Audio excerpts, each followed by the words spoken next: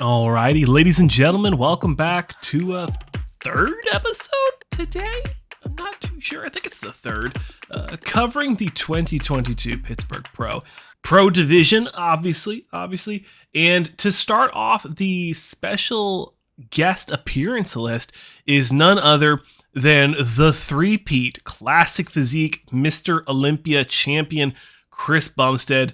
2021, 2020, and 2019, with a solid 2018 and 2017 second place finish in the men's classic physique division. So he came here flying in from Canada to Pittsburgh, Pennsylvania, and did a fun little speech here. Obviously, I can't include the audio for, copyright and whatnot, but he came in here, kind of gave a little speech here. It was pretty chill, pretty cool.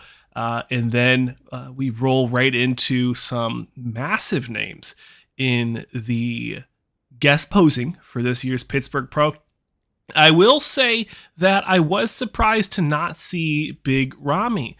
Now, if you don't know, Big Ramy was centerfold of the promotional poster for the 2022 Pittsburgh Pro for a guest poser. So we were expecting to see him here. He did not show from what I've been able to see here as I watched the live stream myself. But we're going to go ahead and start off the guest posing list with none other than the reigning 212 Mr. Olympia, Derrick Lunsford, winning the 2021 Mr. Olympia in the 212. And then placing fourth last year, second the year prior, second the year before that, and fifth before the year, that year before that. Before that, he was a NPC competitor. So, coming into the IFBB Pro and immediately putting himself in the upper echelons of the 212 competitor list, winning a slew of shows. And then really just dominating the 212, always staying in the top four. And it's been very impressive. The conversation now, and I'd love to hear your thoughts in the comment sections below, is there's been a lot of conversation around Derrick Lunsford potentially switching to open. Now, I definitely think he would be competitive in the men's open division, as from what I've heard, he sits around 260, 250 in the offseason and has to cut 40 to 50 pounds of weight to make the 212 cap, 212 pounds for the 212 pound division. So if you didn't know, now you know. But looking phenomenal, very big, very full, definitely in the early stages, if not the middle of his offseason. He still has all the way till December till he needs to make his return to defend the 212 title in Las Vegas this December. But, all in all, thought he looked really good. Looks like he's put on some muscle and very competitive for the 212 division, or maybe even the open. Next up is none other than the mutant hostile athlete, Nick Walker, or Nicholas Walker, I guess they still call him on NBC News Online. Last year, placing fifth at the Mr. Olympia, controversially, in my opinion, but we won't get into that today. And he also won the Arnold Classic, and he won the New York Pro. Before that, in 2020, he made his pro debut at the Chicago Pro, placing fourth, and within that same year, winning the NPC North Americans, NPC Super Heavyweight, earning his pro card. Looking at his posing routine, we've seen plenty of physique updates from Nick Walker on his Instagram, so this isn't news, in my opinion. Obviously, it's not disrespect to Nick Walker. Love the guy. I think he's a great addition to our community, to the bodybuilding community. But, the physique update is not much news. Now, I do love seeing him get on stage, doing that fan service, just showing off his freakiness to the fans, the promoters, things of that nature. Love seeing it. But, all in all, I'm definitely wondering what he's going to be placing at the Olympia. I definitely think he's going to be fighting it to stay in that top six. There's a lot of guys that didn't really show up last year that are definitely going to be here this year.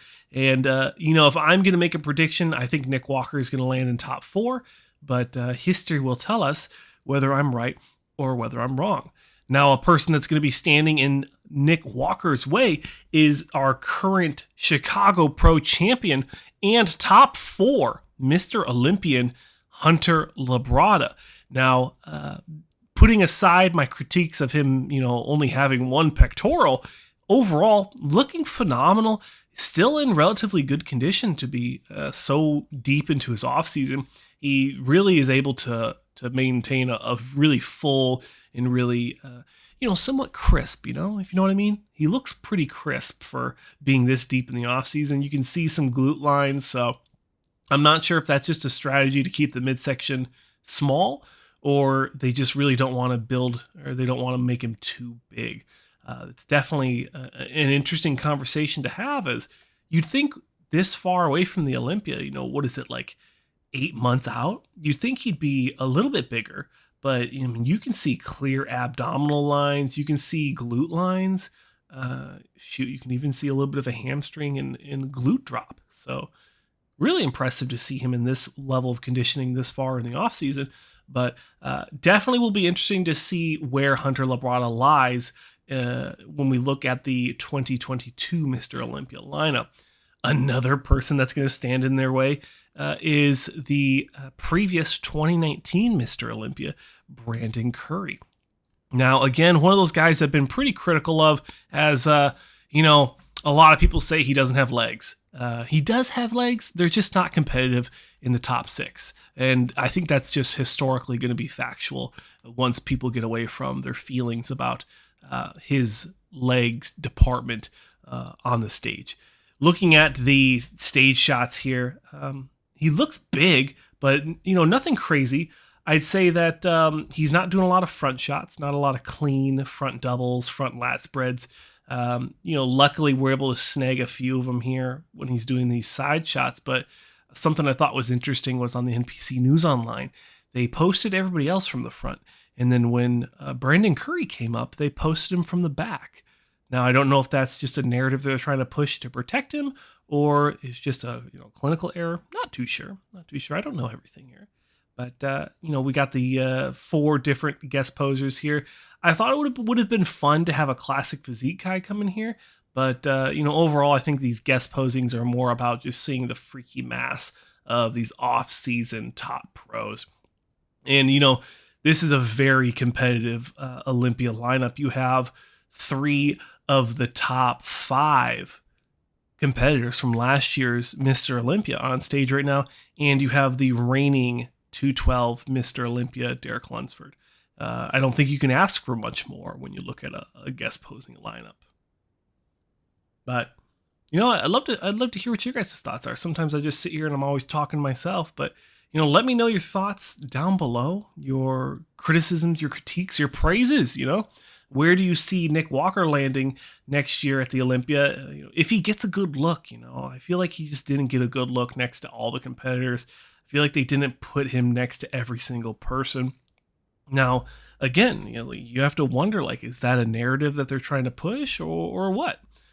In my personal opinion, and I know this is probably very controversial, but I don't see Big Ramy winning again this year unless he really comes out and just makes some crazy improvements and some crazy changes. I wasn't too impressed from last year. The year prior, 2020, I thought he was really impressive, really came big and full. But last year, he definitely left the door open.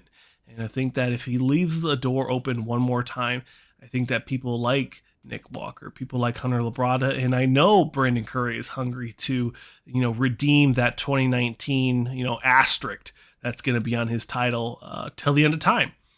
There's so many competitors that weren't there to defend that title. The title was open, and, it really wasn't, and I know I'm probably saying a lot of controversial stuff, but it wasn't really a very impressive package that he brought. He looked competitive. And, maybe at the end of the day, he might have been the best on stage, and that's what's going to win you a show. But, I don't think anyone was really in love with that 2019 package.